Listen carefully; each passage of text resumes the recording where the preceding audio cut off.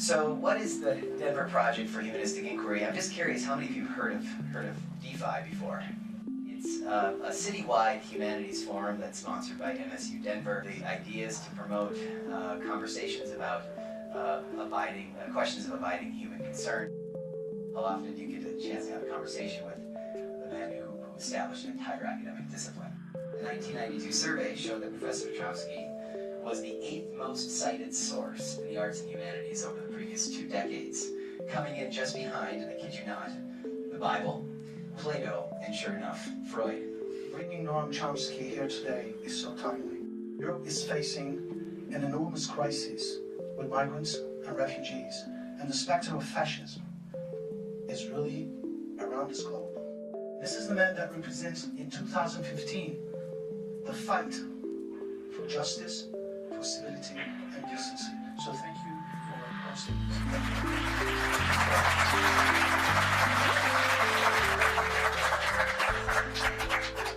Thank you, Professor Chomsky. We're so happy to see you. Happy to be here.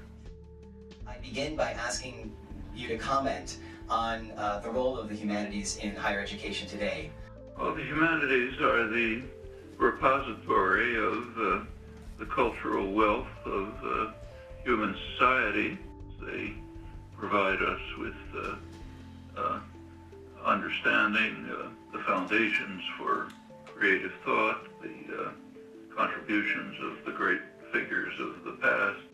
So the question is, do we want to be civilized human beings or extricate ourselves from the history of the human species and start as blank slates, knowing nothing about except what we saw on the internet this morning?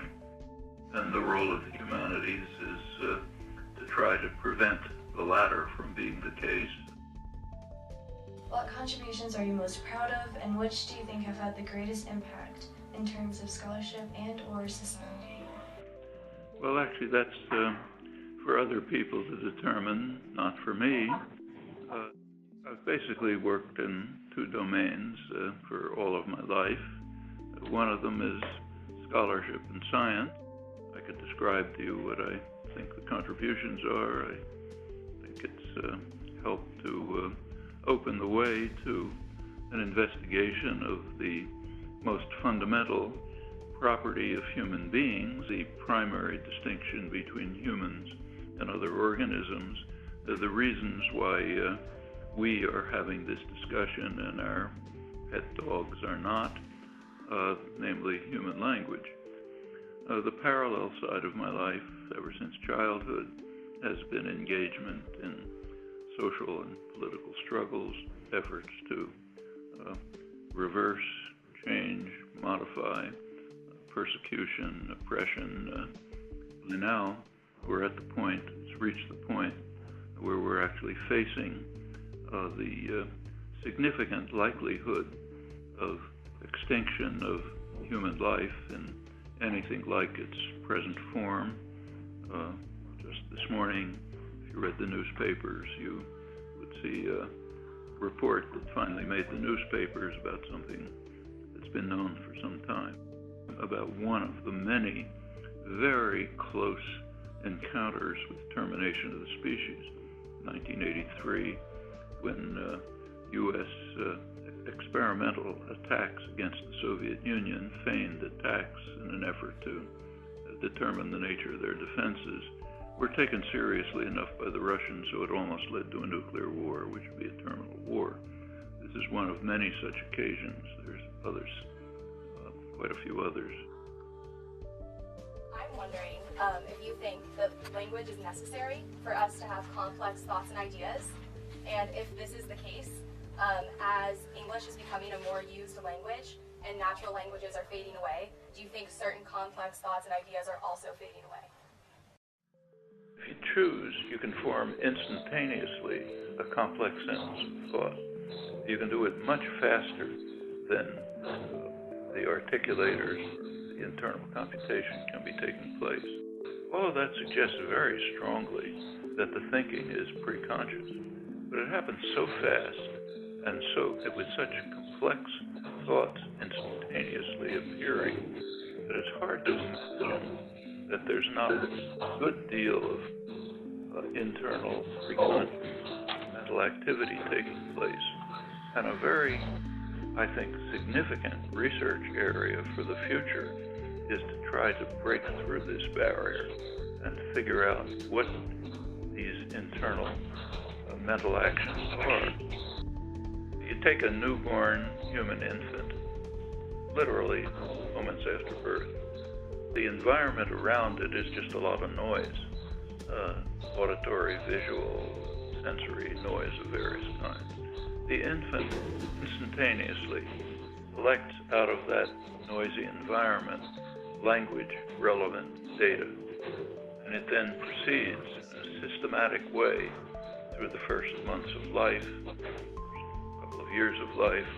By about maybe 2 or 3 years old, has pretty much the capacities that we're now using. You talk about how the foundations of language are innate, and somehow things like artwork can cause you to be empathetic and communicate so much, but without words. So I was wondering if you had any thoughts on that. Of course, we communicate in all sorts of ways. We communicate with gesture, with style of dress, with how we comb our hair, all sorts of things. All of these things communicate. Every culture that's known has some form of expression that roughly falls within what we loosely call music, and in fact dance as well. It's hard to imagine that they have a selectional advantage in the sense of Darwinian evolution. They somehow fulfill a fundamental human need for self-expression, creativity, interaction with others, communal, creating social bonds, and so on. Of course, it's quite different from language. Music is true or false. Professor Chomsky, should professors be required to issue trigger warnings to students during lectures which deal with difficult topics? I understand the concerns that lead to that request. My feeling is they're very much overblown.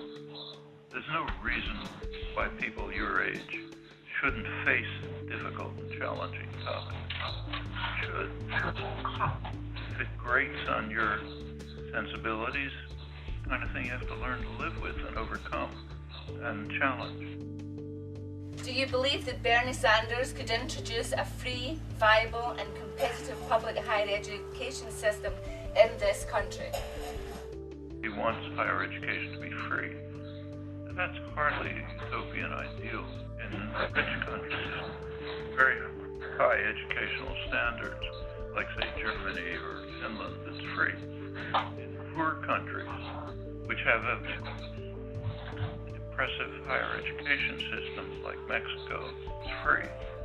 In 1945, when I went to college, I happened to go to an Ivy League college, University of Pennsylvania. The tuition was $100. I don't think there's any legitimate economic basis for anything but education. But I'm perfectly happy to pay taxes so that the kid across the street can go to elementary school. Thank you so much, Professor Chomsky, for taking the time to speak with us. I know that it was incredible.